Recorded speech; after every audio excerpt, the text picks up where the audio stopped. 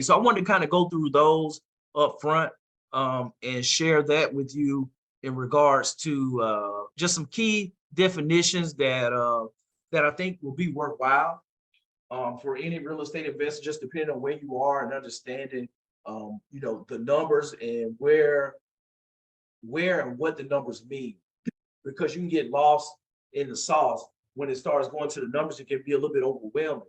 But if you have like the basic foundational understanding of the basic financial metrics, your cash flow, your property management, return on investment, cash on cash return, your closing costs, your renovation expenses, you have those key fundamental pieces nailed down, and you kind of learn what rolls up into those numbers, that you're going to be in good shape.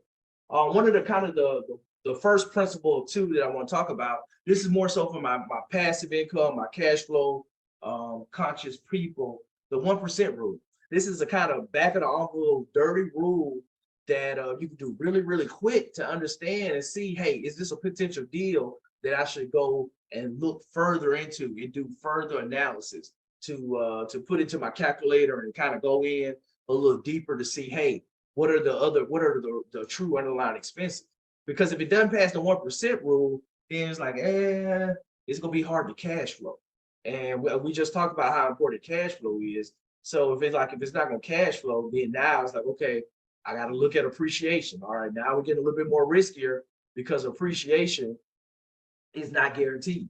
As we see now, the market is slowing down. The market in certain markets, the prices have started to drop, but some are kind of just going steady because they've gone up 30–40% in the last 2 years. So there was no way we were going to keep on that path. So now is one of the biggest reasons to be able to buy for cash flow. So the 1% rule is simply the after repair value times 1. And that gives you the minimum amount of monthly rent that you can take in that property that's allowed. So example right here. So the after repair value, when you fix this house up, or if you're looking to buy the house, is $200,000, then the 1% rule tells you that 1% of 200,000 is $2,000. So if you're renting this property out, it needs to be producing enough rent in the amount of $2,000 as a minimum to meet the 1% rule.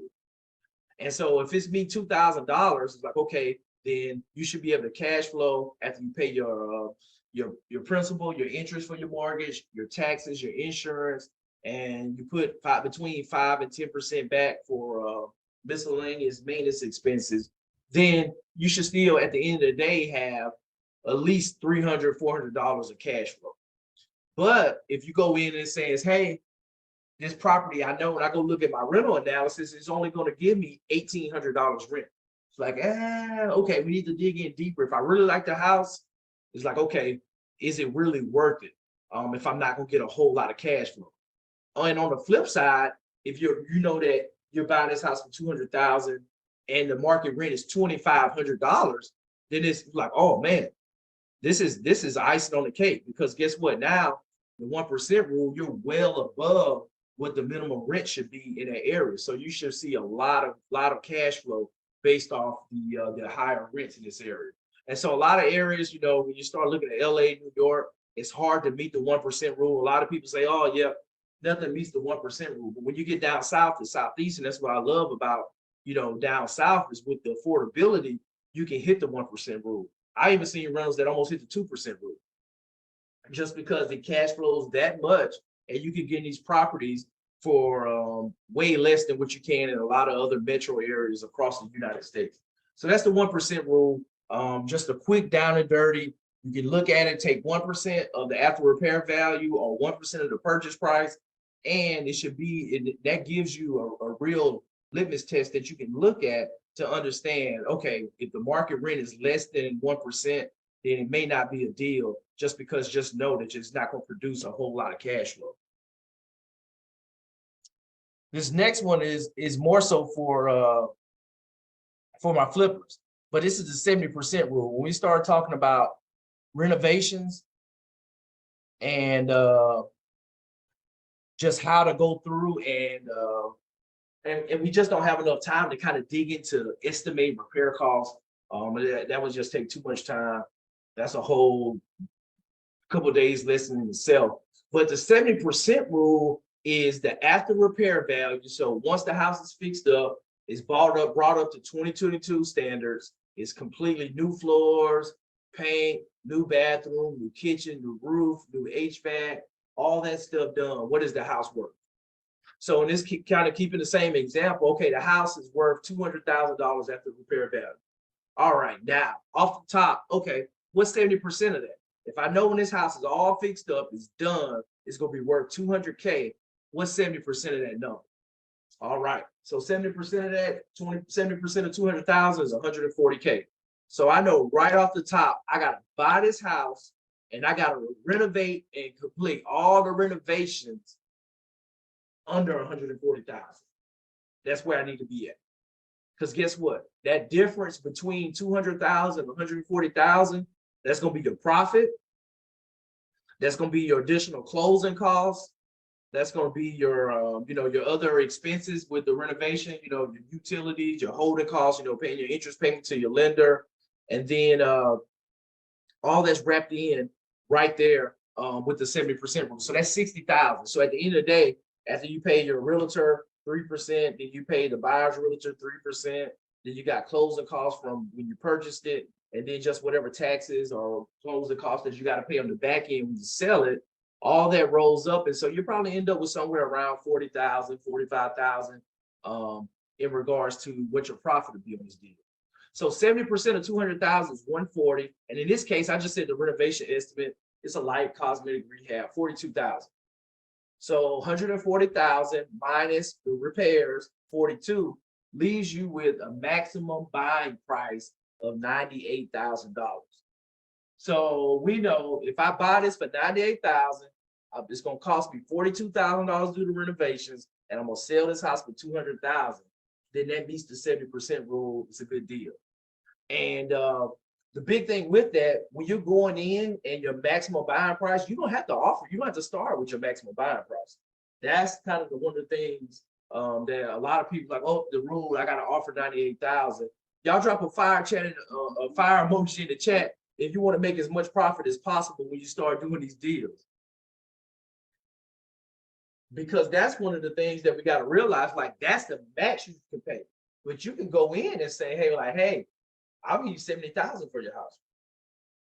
And all they can say is yes or no.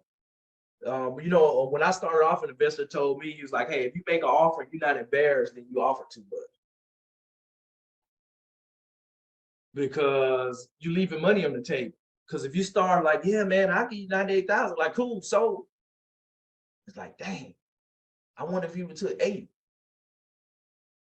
And that's it's a whole art to negotiation and being able to kind of go through and anchoring and mirroring an individual, and then just really having an honest conversation and understand what's their challenge, what's their motivation, why are they selling, what's important to them. Because if I can solve whatever their problem is, and it may not be money, I'm like, hey, I know, you want to be fair, I want to be fair, we want to make this be a win-win situation. It was like, man, the most I can do is 85,000.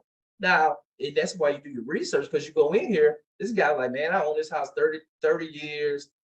This house was paid off 15 years ago. All right, you're going to give me 85,000 cash for it. You're going to pay the closing costs. I'll do it. And that's why you go in like, okay, this guy, he doesn't have a mortgage. He's on it forever. He know it needs work. And he really just wants to be done with it. He's about to leave town.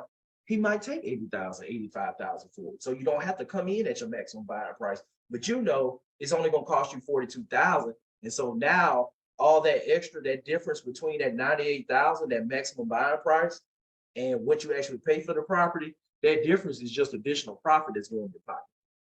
But this just helps you anchor in and say, hey, before I go into the negotiations, like I know I can't, when I walk out this house, I can't pay more than 98,000. Just a rule of thumb. In some situations, you may end up paying 100,000, 103,000, but you just got to understand, like, where's the risk? Is that okay? It's like, oh, well, we're putting the roof on. It's a small house. The air conditioning is fine. We don't have to replace it. There's no foundation issues. We're not tearing walls down. Okay, so it's low risk. So we can push the envelope and maybe we not make all the money that we were potentially, we go up to 72%. to 73%.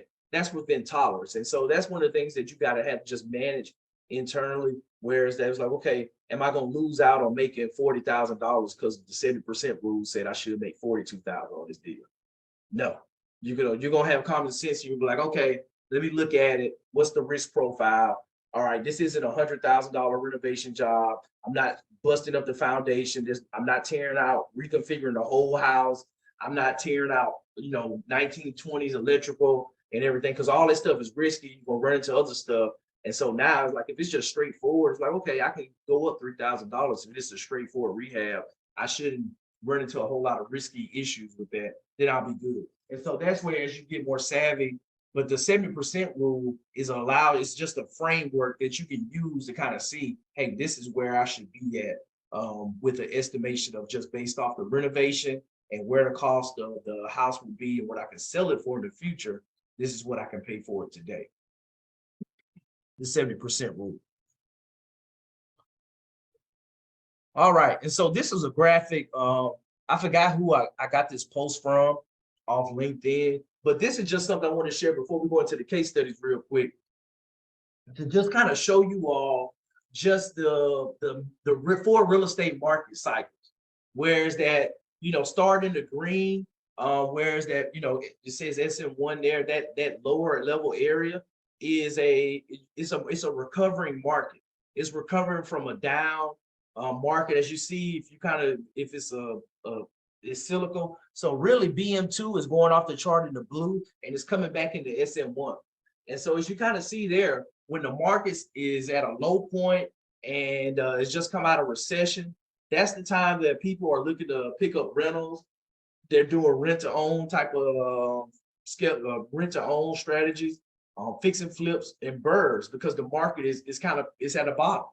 And then as you kind of go up and you see a lot of appreciation, prices are going up, a la 2019, 2020, 2021 during the pandemic, those 2 years of the pandemic, that it was just getting crazy. It was crazy appreciation. And so the price of real estate was just skyrocketing across the board. And so that is the time that you do fix and flips and you sell your portfolio, get your gains. So guess what? When the market drops, you can start buying again and pick up some really sweet deals. When people get scared, when they're like when Warren Buffett says, when blood's in the water and people are scared and fearful, that's the time to buy. And when everything's ludicrous, everybody's buying real estate, everybody's trying to do this, that's the time to sit back and just wait. But as we go through, so we're right now kind of transitioning from the yellow to the pink. Just where we are. We got high inflation. People are seeing a lot of layoffs. I think this is going to be a white collar recession. You see a lot of the tech jobs, Facebook, Salesforce, Twitter, a lot of these engineering IT type company jobs are what's being lost right now.